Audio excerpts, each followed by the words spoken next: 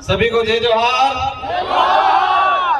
बुढ़ाल पहनता, बुढ़ाल पहनता,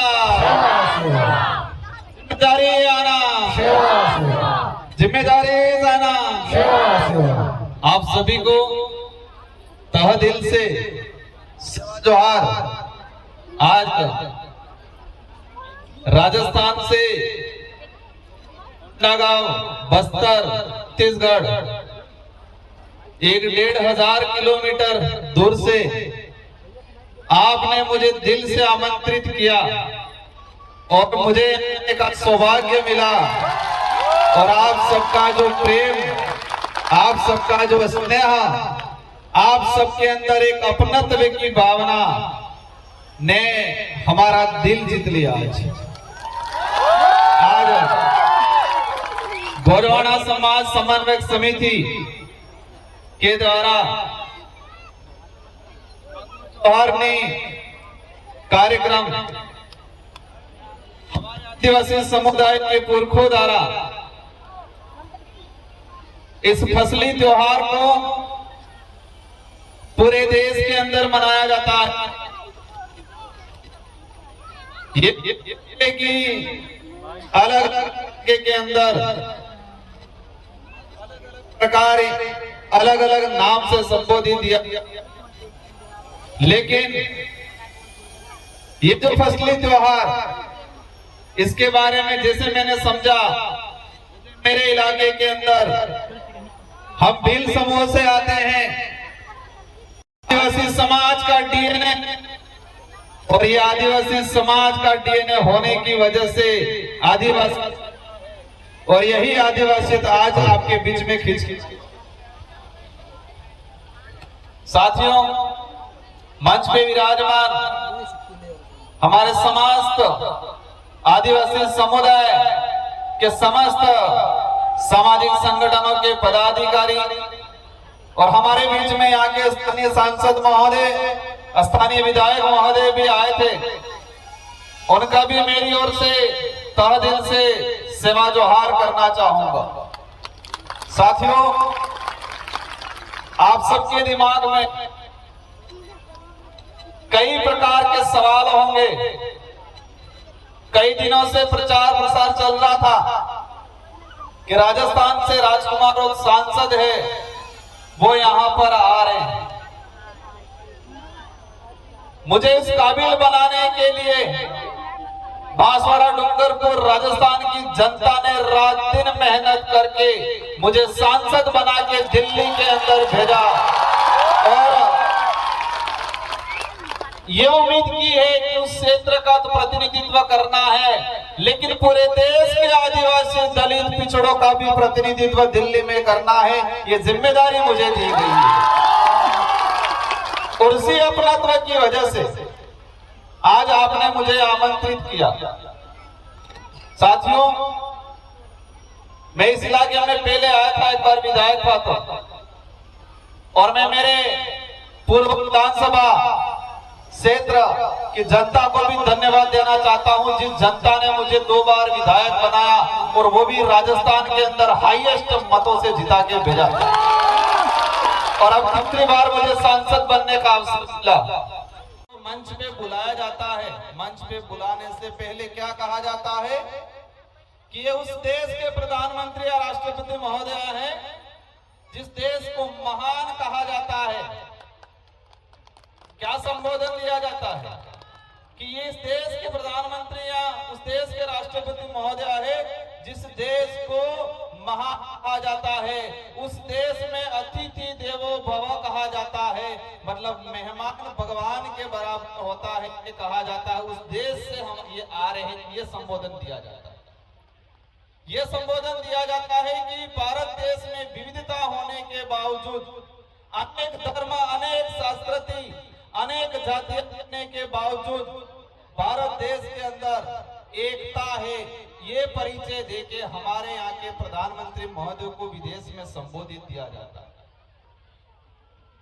साथियों, अतिथि देवो भव हम सरकारी कार्यालयों में देखते हैं, हम सरकारी गाड़ियों के पीछे देखते हैं, सरकार के बड़े बड़े पोस्टरों में लिखा रहता है अतिथि देवो भव, मतलब हमारे गांव में, हमारे जिले में, हमारे देश में जो आया मेहमान उसको भगवान के बराबर माना जाता है। लेकिन ये शब्द ओनली फॉर आदिवासी इलाके के अंदर ही वर्तमान में स्थापित है, आदिवासी समुदाय में ही स्थापित है। क्योंकि आदिवासी समुदाय के अंदर किसी भी गांव में, किसी भी घर में कोई भी अज्ञात व्यक्ति, अनजाना व्यक्ति चला जाएगा तो उसको मान सम्मान बिठाया जाएगा, पानी पिलाया जाएगा, चाय पिलाई जाएगी, भले पहचान नहीं हो इसके बावजूद पूछा जाएगा कि आप कहां से, बराबर पहचान में नहीं है। यही बात शहर में जाएंगे, अनजान व्यक्ति जाएगा, दरवाजे पे रोक लिया जाएगा, कौन हो, किस लिए आए हो, ये पूछा जाएगा, इसके बाद उसको प्रवेश दिया जाएगा। तो अतिथि देवो जो भव शब्द है वो कहीं न कहीं आदिवासी समुदाय की संस्कृति, समुदाय के रीति रिवाज और आदिवासी समुदाय के अंदर जिस तरह से हमारे अतिथि को आज एक देवो भव शब्द के संबोधन के हिसाब से लाया गया, तो ये अतिथि देवो भव आदिवासी समुदाय की संस्कृति से निकला हुआ शब्द है जो विदेश में आज प्रचलन में और हमारे देश का एक मजबूत शब्द के रूप में यूज किया जाता है। साथियों, एक सवाल आपके अंदर भी है, मेरे अंदर भी है कि सांसद देश में बहुत हैं, हमारे छत्तीसगढ़ में भी हैं, लेकिन आपने मुझे यहां पर क्यों बुलाया और मैं यहां पर क्यों आया, ये सवाल है। मैं जो समझता हूं कि मैं जो सांसद के रूप में हूं, लेकिन मैं ये समझता हूं कि मुझे जिम्मेदारी मिली है, जिस समाज का सर्टिफिकेट लगा के मुझे सांसद बनाया गया है उस समाज का कर्ज उतारना है, ये सोच के मैं रात दिन मेहनत करता हूं, काम करता हूं, इसीलिए आपने मुझे यहां पर बुलाया। साथियों, हमारे समाज की अगर बात करें ऐतिहासिक पृष्ठभूमि की, आजादी से पहले अंग्रेजों से लड़े, राजा रजवाड़ों से लड़े, सामंतों से लड़े, मुगलों से लड़े। अगर आजादी के पहले का चिट्ठा निकाल के देखते हैं तो इस देश में सबसे ज्यादा अगर कोई शहीद हुआ है तो समुदाय का व्यक्ति शहीद हुआ है। भारत देश को आजाद कराने में अगर सबसे ज्यादा किसी का खून बहा है तो वो आदिवासी समुदाय का है, हमारे पूर्वजों का है। लेकिन दुख की बात यह है कि हमारा इतिहास कई किताबों में, कई पाठ्यक्रमों में एक गौण हो गया, लाइन के मात्र हमारा इतिहास हो गया। आजादी के बाद का अगर देखें, इस देश में अगर प्रतिदिन कई अत्याचार होता, इस देश में विस्थापन होता है, तो सबसे ज्यादा अत्याचार और सबसे ज्यादा विस्थापन अगर हो रहा है तो आदिवासी समुदाय का हो रहा है। आज की तारीख, भले वो छत्तीसगढ़ में हो, भले वो झारखंड में हो, भले वो राजस्थान में हो, लेकिन विकास के नाम से अगर विस्थापन होता है तो सबसे ज्यादा आदिवासी समुदाय का है। ये जो कागज पकड़ाया गया मुझे, हमारे आयोजन कमेटी ने बताया कि इन मुद्दों पे बात करना है। साथियों, हमारी जो संस्कृति है, परंपरा है, ये हमारी आइडेंटिटी है।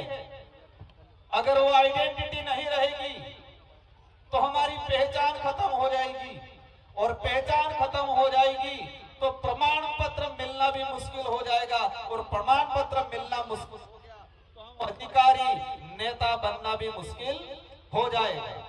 इसलिए हमारी जो संस्कृति है, कई लोग पढ़े लिखे बनने के बाद, अधिकारी नेता बनने के बाद ये कहते हैं ये तो पुराने जमाने का काम है।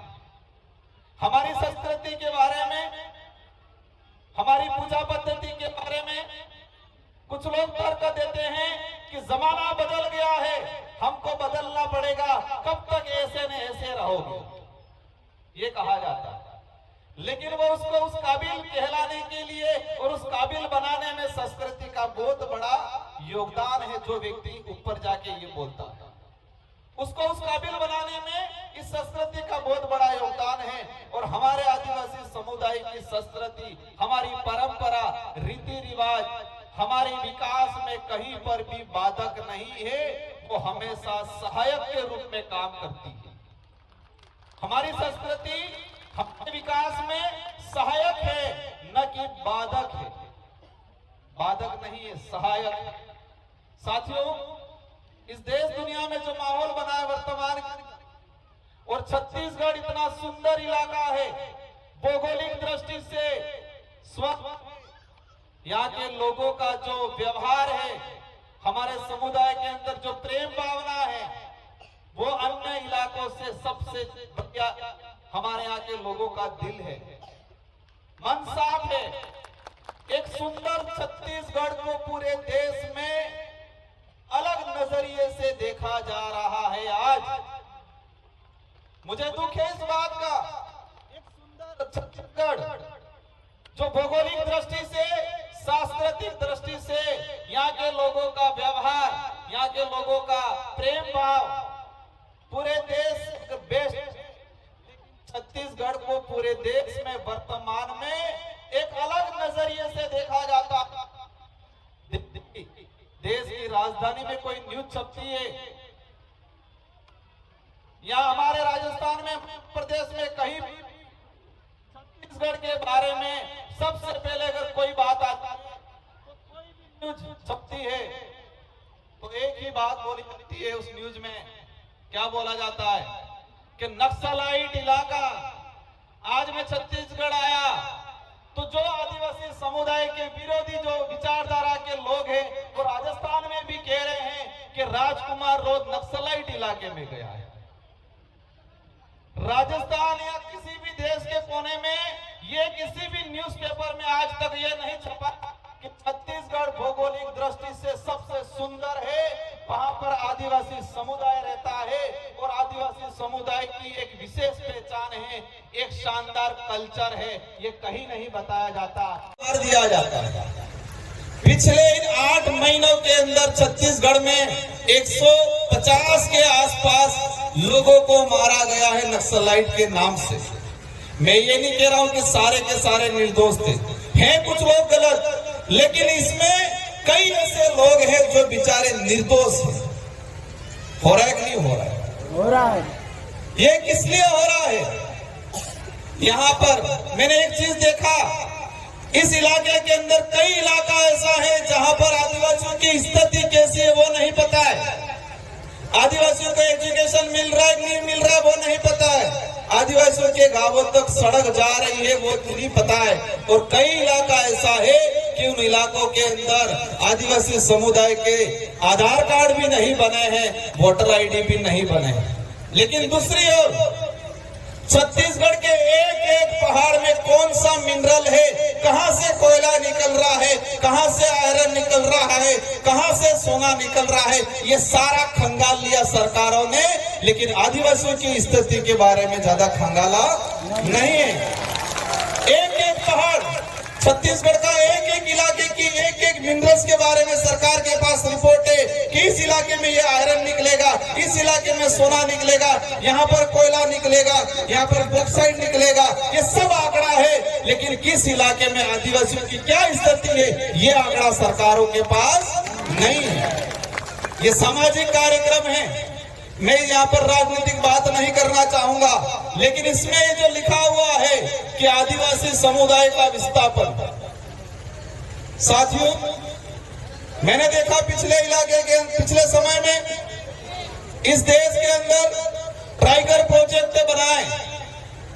1972 के अंदर एक दलाई सरकार, केंद्र सरकार, और पूरे देश में अभी तक 56 से 57 टाइगर प्रोजेक्ट किए, टाइगर प्रोजेक्ट बनाए, और इसमें से 70 से 80% टाइगर प्रोजेक्ट ओनली फॉर आदिवासी इलाके के अंदर बनाए जा रहे हैं। अब तक टाइगर प्रोजेक्ट के नाम से पूरे देश के अंदर समय निकला उसके अंदर हम निकाल के देखे तो 5,56,000 आदिवासियों को विस्थापित किया गया टाइगर प्रोजेक्ट के नाम से। आपके यहाँ पर भी शायद बीजापुर में टाइगर प्रोजेक्ट प्रस्तावित है।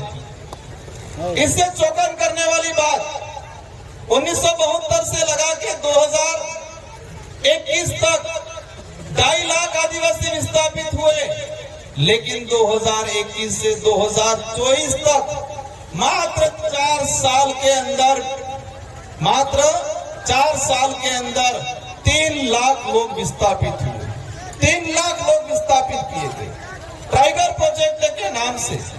यहाँ पर माइनिंग होता है दबा के। हम देश के विकास में बाधक नहीं हैं, लेकिन जो विकास आदिवासियों का नाश करके किया जाता है वो विकास हमारी नजर में गलत है। हमने देखा पिछले इलाके के अंदर फॉरेस्ट के अंदर जो आदिवासी रह रहा है वर्षों से, आजादी से पहले से, उसके लिए एनडीए की सरकार 2006 में फॉरेस्ट राइट एक्ट लाई,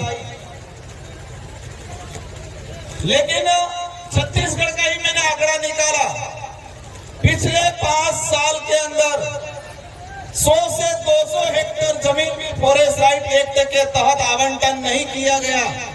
लेकिन पूरे देश में वन विभाग की 18,982 हेक्टेयर जमीन प्राइवेट कंपनियों को, कितने 18,982 हेक्टेयर जमीन प्राइवेट कंपनियों को फॉरेस्ट की जमीन दी गई। लेकिन एक बेचारा गरीब आदमी जो आजादी से पहले वन विभाग में रह रहा है वो आज भी पट्टों के लिए तरस रहा है। आपके छत्तीसगढ़ के अंदर भी पिछले 5 साल के अंदर 2280 हेक्टेयर जमीन फॉरेस्ट की प्राइवेट कंपनियों को दिया गया, लेकिन छत्तीसगढ़ का आदिवासी समुदाय को 200-300 हेक्टेयर भी आज तक कितना चाहिए? उस आदमी को रहने के लिए 1 या 2 बीघा चाहिए, लेकिन वो भी आज तक नहीं मिल पाया है।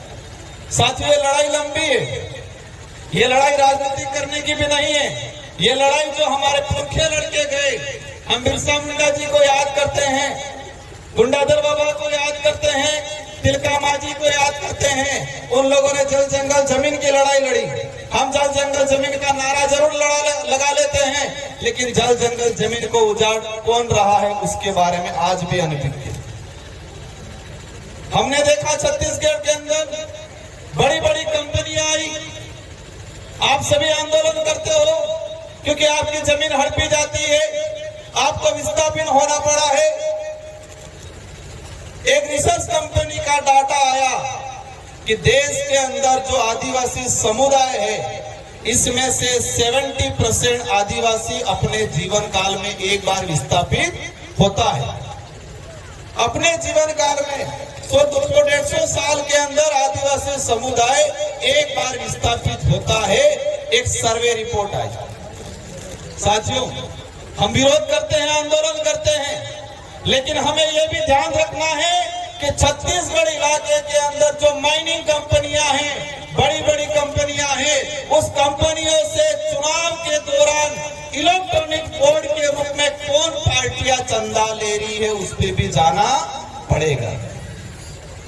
हमारा बेचारा भोला भाला आदिवासी समुदाय क्या समझेगा? इलेक्ट्रॉनिक बोर्ड, चुनाव के दौरान इलेक्ट्रॉनिक बोर्ड लीगली चंदा लिया जाता है। छत्तीसगढ़ के इलाके में माइनिंग करने वाली अधिकतर कंपनियों में चुनाव के दौरान इलेक्ट्रॉनिक बोर्ड मतलब चंदा दिया करोड़ों रुपयों में, 700-800 करोड़ के आसपास दिया गया। अब ये हमारा भोला भाला समाज कैसे समझेगा? साथियों, नारायणपुर के अंदर मैं आया, मुझे जानकारी मिली, मैंने न्यूज़पेपर में पढ़ा था। हम सेना का सम्मान करते हैं। जितना आदिवासी समुदाय इस देश की आजादी में लड़ा है, जो शहीद हुआ है, जो आज तक जो शहीद हुए हैं उनसे कई गुना है, हम सम्मान करते हैं। लेकिन आदिवासी समुदाय के अंदर सेना के प्रति गलत भावना लाने का काम वर्तमान में किया जा रहा है। वो भावना कैसे आएगी? क्योंकि आदिवासियों की जमीन के अगर सेना के कैंप लगाएंगे, थल सेना को यहाँ पर जो कैंप रेंज लगाया जा रहा है, तो आदिवासी और सेना के बीच में टकराव वाली स्थिति पैदा हो। पेशा एक्ट में प्रावधान है, शेड्यूल 5 में प्रावधान है कि 5वीं अनुसूची अंतर्गत आदिवासियों की जमीन न सरकार ले सकती है, न ही कोई गैर आदिवासी व्यक्ति ले सकता है। ये किसमें प्रावधान है? शेड्यूल 5 में प्रावधान है। सरकार भी किसी भी परियोजना को लगाने के लिए आदिवासियों की जमीन नहीं ले सकती है जब तक ग्राम सभा इसको सहमति नहीं देती। अब ये अधिकार कैसे मिला? 5वीं अनुसूची के अंदर ये अधिकार कैसे मिला हमको? किसी ने दान में दिया क्या? ये हमारे पुरखों ने लड़ा, अंग्रेजों से लोहा लिया, अपनी जान गंवाई। इसके बाद अंग्रेजों ने और संविधान निर्माताओं ने विचार किया कि ये समुदाय हजारों सालों से जल जंगल की जमीन की लड़ाई लड़ता आ रहा है, इसलिए उनको विशेष प्रावधान देना पड़ेगा ताकि आने वाले समय में इन जल जंगल जमीन नहीं उजाड़ी जाए। इसलिए 5वीं अनुसूची का प्रावधान किया गया। लेकिन आज ये नहीं हो रहा है। पेशा एक्ट की पालना नहीं हो रही है, शेड्यूल 5 के प्रावधानों की पालना नहीं हो रही है। बिना सहमति के हर जगह पे, मैं हसदेव गया था बीच में जब विधायक था, वहां पर जाके देखा फर्जी ग्राम सभा बना दिया गया। सरपंच को, ग्राम पंचायत को पता ही नहीं है, फर्जी ग्राम सभा बना दिया गया। इस तरह की जो गतिविधियां हो रही है, इस मंच पे विराजमान सामाजिक संगठन और सभी पार्टियों के पदाधिकारियों से मेरा अनुरोध है कि हम जिस समाज का सर्टिफिकेट लगा के इस लेवल तक आए हैं, उसका कर्ज अदा करने का आपको काम करना है आने वाले समय में। हम चाहते हैं हमारे देश का विकास हो, हम भी चाहते हैं हमारा देश विश्व में सबसे बड़ी ताकतवर शक्ति बने, लेकिन आदिवासियों को खत्म करके इसको ताकतवर शक्ति नहीं बना सकते हम।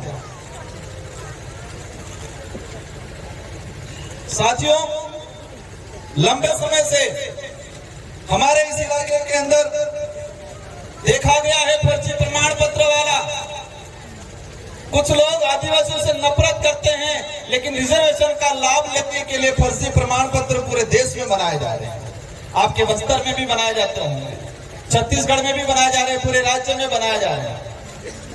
साथियों, ये प्रमाण पत्र क्यों मिला हमें? हमारे यहाँ कपाल पे या हमारे पीछे कहीं लिखा नहीं है आप आदिवासी, कहीं लिखा हुआ है क्या? एक तो डीएनए से पता चलेगा, दूसरा संस्कृति से पता चलेगा, कल्चर से पता चलेगा, पूजा पद्धति से पता चलेगा। लेकिन धीरे धीरे देश के अंदर हम देख रहे हैं कि हमारी संस्कृति पे कलम चढ़ाने का काम हो रहा है, हमारी पूजा पद्धति पे कलम चढ़ाने का काम हो रहा है। और धीरे धीरे हम पढ़े लिखे कई लोग संस्कृति को भूलने की बात भी किया जाता है। साथियों, एक लंबे समय से एक जंग छिड़ी रहती है पूरे देश के अंदर। मैं सांसद बन के गया और मैंने संसद के अंदर बोला कि आदिवासी समुदाय धर्मपूर्ण समुदाय। हमारे संचालक महोदय कहते थे कि यहाँ पर हमें ये राजनीतिक मंच नहीं है, न ही ये धार्मिक मंच है, लेकिन ये ज्ञापन दिया, उसमें मुझे लिख के दिया गया कि आदिवासी धर्म कोड लागू करने पर। इस ज्ञापन में दिया गया है कि आदिवासी धर्म कोड जारी किया गया है। जब इस बात काफी भूचाल आता है, वो समस्या आ रही है। पता नहीं माइक के साथ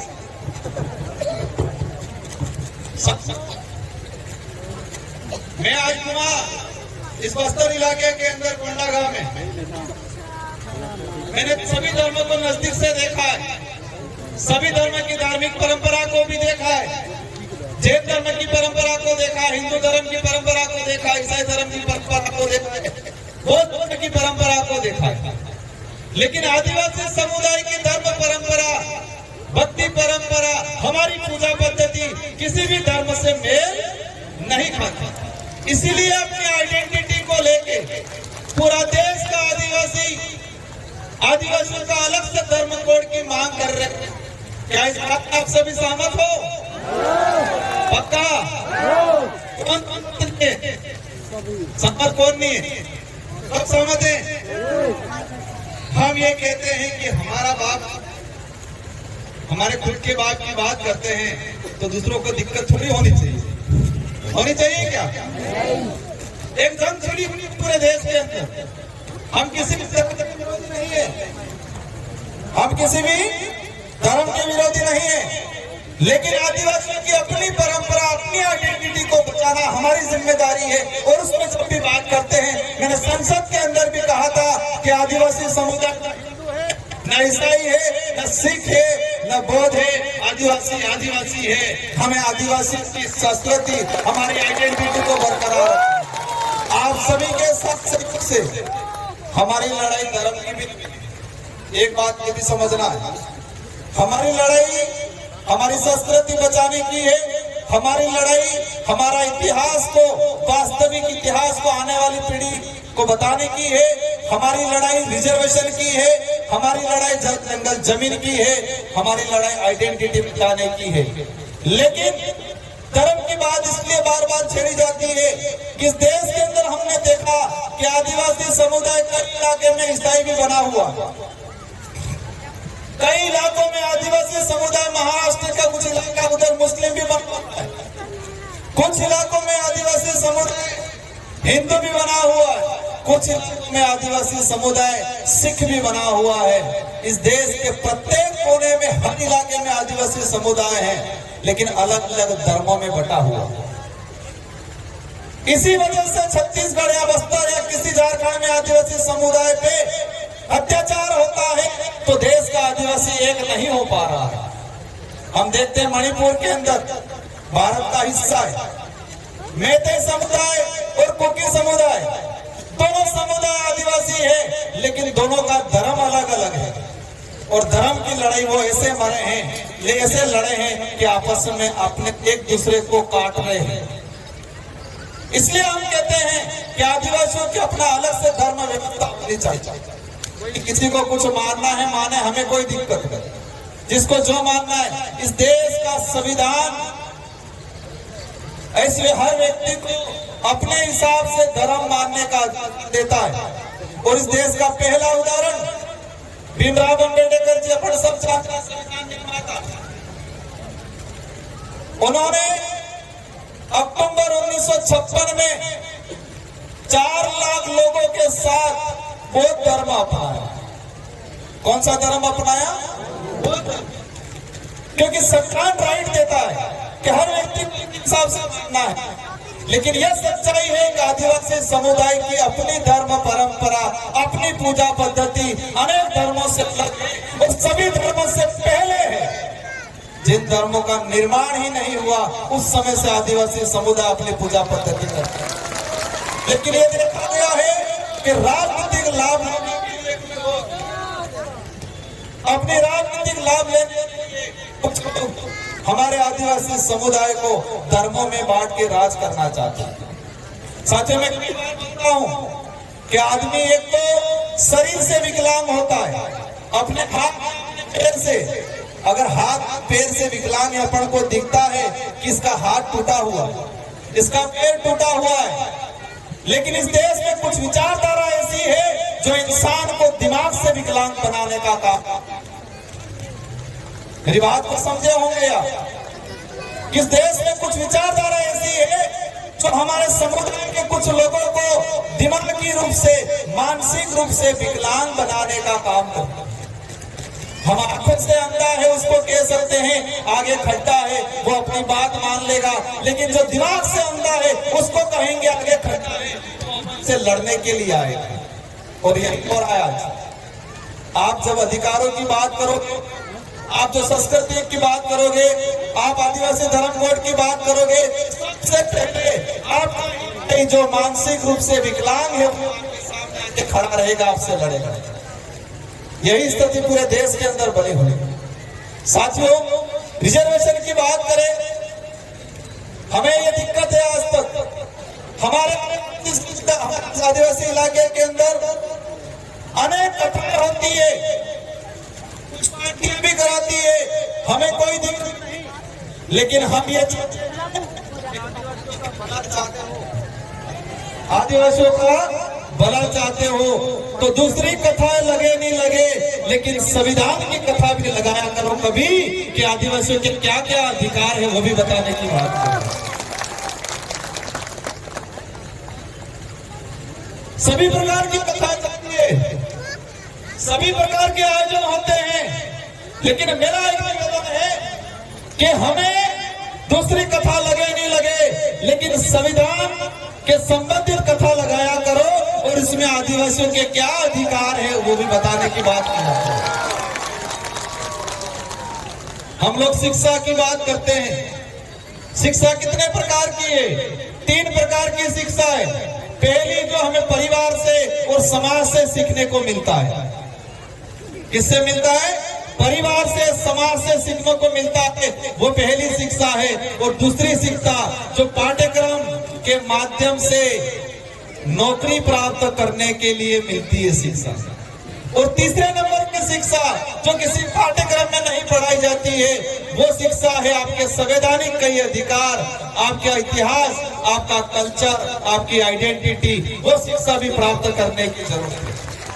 अब हमारे लोग पाठ्यक्रम वाली शिक्षा प्राप्त करके अधिकारी, कर्मचारी, नेता बन जाते हैं, लेकिन जो हमारे समाज के इतिहास जो किसी पाठ्यक्रम में नहीं दर्शाया जाता है, हमारे समाज के अधिकार जो किसी पाठ्यक्रम में नहीं दर्शाए जाते हैं। मैं जानना चाहता हूं कि छत्तीसगढ़ के अंदर, बस छत्तीसगढ़ के अंदर पाठ्यक्रम जो है, उस पाठ्यक्रम में शेड्यूल 5 के प्रावधानों के बारे में किस किस कक्षा में पढ़ाया जा रहा है?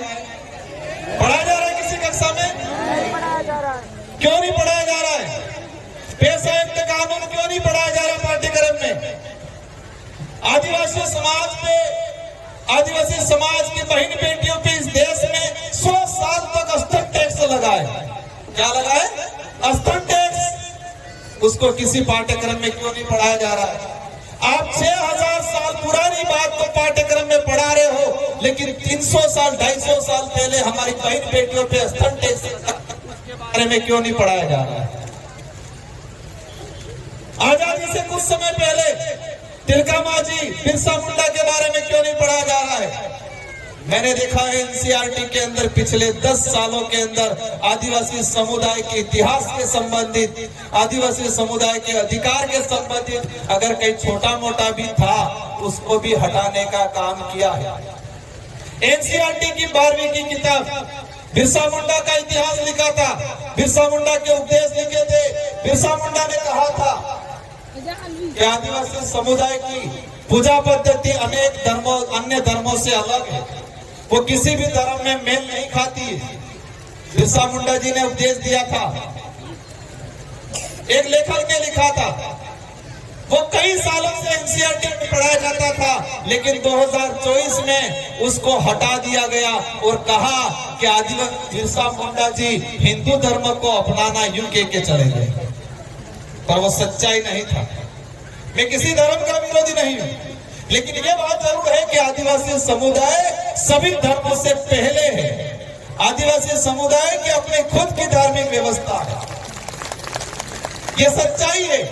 हिंदू विवाह अधिनियम 1955, हिंदू उत्तराधिकार अधिनियम 1956, इसमें स्पष्ट कर रखा है कि हिंदू विवाह अधिनियम आदिवासी समुदाय पर लागू नहीं होता है। क्यों? क्योंकि आदिवासी समुदाय हिंदू नहीं है। ये मैं नहीं कह रहा, ये हिंदू विवाह अधिनियम कह रहा है। सुप्रीम कोर्ट के कई जजमेंट कह रहे हैं, हाई कोर्ट के कई जजमेंट कह रहे हैं, इतिहास कह रहा है, संविधान कह रहा है कि आदिवासी समुदाय आदिवासी है, वो सभी धर्म पूर्वी समुदाय है। ये सच्चाई है। साथियों, आरक्षण की बात को मैंने थोड़ा अलग वे में थोड़ा लेकिन बताया। आरक्षण की बात करते हैं, यहाँ पर लिखा है कि आरक्षण 100% लागू किया जाए। कितना प्रतिशत? शेड्यूल एरिया के अंदर रिजर्वेशन 100% लागू किया जाए। क्या ये सच्चाई है? क्या ये संविधान में प्रावधान है? 100% रिजर्वेशन लागू होना चाहिए, ये बात आप सब कर रहे हो? मांग कर रहे हो नहीं कर रहे हो? कर रहे हो। क्या संविधान में इसका प्रावधान है? संविधान में प्रावधान है। शेड्यूल एरिया, शेड्यूल 5, शेड्यूल 6 में जमीन का हो, शासन प्रशासन में 100% रिजर्वेशन आदिवासियों को मिलना चाहिए, ये संविधान के अंदर है और इम्प्लीमेंट भी हुआ है कुछ इलाकों के अंदर। आंध्र प्रदेश आपका दूर नहीं है, आंध्र प्रदेश राज्य में 100% रिजर्वेशन 7 साल तक मिला। शेड्यूल एरिया की कोई भी भर्ती एक्सल 1 से एक्सल 9 तक की भर्ती में 100% अगर 150 सीटें आई है थर्ड ग्रेड टीचर की, तो 150 ही 50 आदिवासियों से भरी जाएगी, ये प्रावधान है और आंध्र प्रदेश में 7 साल तक लागू रहा, आंध्र प्रदेश के लोगों को मिला। अगर संविधान में प्रावधान होता तो इसमें 7 साल तक नहीं मिलता। अब खत्म कैसे हुआ? कुछ लोग विरोधी लोग हाई कोर्ट गए, सुप्रीम कोर्ट गए और वहां मैनेज होके वो मामला आज भी सुप्रीम कोर्ट में अटका हुआ। ये प्रावधान है, लेकिन संविधान के मंदिर की और सबसे बड़ा ग्रंथ है संविधान, उस ग्रंथ को कभी नहीं बांटा जाता है, बाकी ग्रंथ की किताबें बहुत बांटी जाती है। तो हमें संविधान के ग्रंथ है, उस ग्रंथ को समझना है, उस ग्रंथ को बांटना है, उसको ग्रहण करना है और उसमें हमारे क्या अधिकार हैं, उस अधिकार को समझना है। ये हम सबकी जिम्मेदारी है। हमने तो जिंदगी निकाल ली, आप सब भी निकाल लेंगे। आप भी संघर्ष कर रहे हो, हम भी संघर्ष कर रहे हैं, नेता बन के कर रहे हैं, पता नहीं कब क्या हो जाए। लेकिन हम आने वाली पीढ़ी को क्या देने जा रहे हैं? आपने आया, आपने पूजा पद्धति करवाई, हमारे पूर्वजों को आपने फूल माला पहनवाई मेरे से, क्यों पहनवाई? क्योंकि ये लोग हमारे लिए लड़ मर के गए, हमारे लिए जमीन निकाल के गए, हमारे अधिकार दिला के गए, इसलिए हम अगरबत्ती दिया पूजा पद्धति कर रहे कि नहीं कर रहे? अगर इन्होंने हमारे लिए भलाई का काम नहीं किया होता तो आज हम उनकी पूजा पद्धति नहीं करते। और हम जो कर रहे हैं आज, हम आवश्यकता वाली भौतिक सुख सुविधा वाली जिंदगी जी के अधिकार खत्म करने वाले लोगों के साथ खड़े रह रहे हैं। तो आने वाले 40-50 साल बाद हमारी पीढ़ी जल जंगल जमीन से बाहर हो जाएगी, उनसे छीन लिया जाएगा, रिजर्वेशन खत्म हो जाएगा, पहचान खत्म हो जाएगी, उनकी धार्मिक व्यवस्था खत्म हो जाएगी। तब 50 साल बाद हमारी जो पीढ़ी है, हमारा अगरबत्ती दिया नहीं करेगी, करेगी अपनी पूजा पद्धति करेगी, पूजा पाठ करेगी, क्योंकि हम तो हमारे अधिकार जो है वो खत्म करके जा रहे हैं। हम तो हमारी संस्कृति पे अन्य संस्कृति का कलम चढ़ा के जा रहे हैं। हम तो जो रिजर्वेशन खत्म हो रहा है उसके साथ जा रहे हैं। हमारे लोग टीचर बन गए, कांस्टेबल बन गए, कुछ आरएस अधिकारी, सॉरी सीआई बन गए, कुछ प्रोफेसर बन गए, हम खुश हो गए।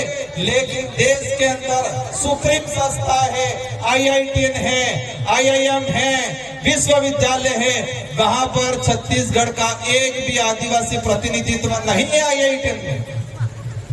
पूरे देश के IITN जो है, पूरे देश के विश्वविद्यालय हैं, यहाँ पर आदिवासियों का प्रतिनिधित्व 2.5% है आज भी। अगर 100 प्रोफेसर हैं विश्वविद्यालय में तो वहां पर 2 से 3% आदिवासियों का प्रतिनिधित्व है। और इसमें भी देखा जाए तो हमारे इलाके का आदिवासियों का प्रतिनिधित्व आज भी नहीं है। इसलिए साथियों, मेरा आज आने का उद्देश्य ये है कि हमारे अंदर जागरूकता है, हम हमारे अधिकारों को पहचाने, हमारा दुश्मन कौन है उनको पहचाने, और दुश्मन से लड़ाई हमको विचारों से लड़नी है। और हमारे विचारों में इतनी ताकत है कि आने वाले समय में अवश्य पूरे देश के आदिवासी समुदाय एक मंच पे आए। संविधान में प्रावधान इसलिए कर दिया है रिजर्व सीट का, ताकि उस समाज का MLA MP जाके समाज का प्रतिनिधित्व करेगा। लेकिन आज देश के अंदर जिस समाज का सर्टिफिकेट लेके जनप्रतिनिधि जाते हैं, उस समाज के प्रति उत्तरदायित्व कम रहते हैं, उस समाज के प्रति वफादार कम रहते हैं, उस समाज के प्रति जवाबदेही कम रहते हैं। वो जवाबदेही किसके रहते हैं? हाईकमान की। वो वफादार किसके रहते हैं? वो उत्तरदायित्व किसके रहते हैं? लेकिन हमें ऐसा माहौल क्रिएट करना है, आप कहीं भी पार्टी में रहो, मुझे कोई दिक्कत नहीं, लेकिन ऐसे जनप्रतिनिधि को हमें तैयार करना है कि जो समाज के प्रति उत्तरदायित्व रहे, समाज के प्रति वफादार रहे और समाज के प्रति जवाबदेह रहे। ऐसे लोगों को हमें तैयार करने की सख्त जरूरत है।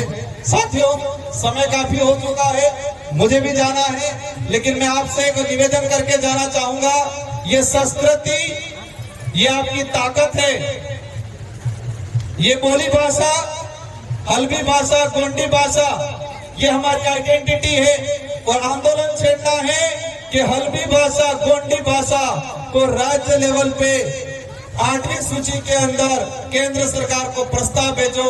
और मैं आपकी इस बात को, हल्बी भाषा, गोंडी भाषा, इन भाषाओं को 8वीं सूची के अंदर जोड़ने के लिए केंद्र सरकार को पत्र भी लिखूंगा। और लोकसभा में आपकी हर समस्या को लेके, आपके जल जंगल जमीन को लेके, आपके अधिकारों को लेके, आपके बोली भाषा के संरक्षण को लेके अवश्य हम लोकसभा के अंदर आपकी बात रखेंगे। और मैंने एक चीज देखा है, हमारा टीचर जा रहा है स्कूल में, बच्चा तो हल्बी बोल रहा है, गोंडी बोल रहा है, और टीचर को गोंडी और हल्बी आई नहीं रही। बच्चा क्या पढ़ेगा? बच्चा ड्रॉप आउट हो रहा है। इसलिए सरकार से मांग करनी है, मेरी ओर से भी मदद करूंगा कि जो भी टीचर लगाया जाए, या तो अलग से पद क्रिएट किया जाए जो हल्बी या गोंडी भाषा को जानता हो, उस भाषा से संबंधित टीचर लगना चाहिए हमारे आदिवासी इलाके के।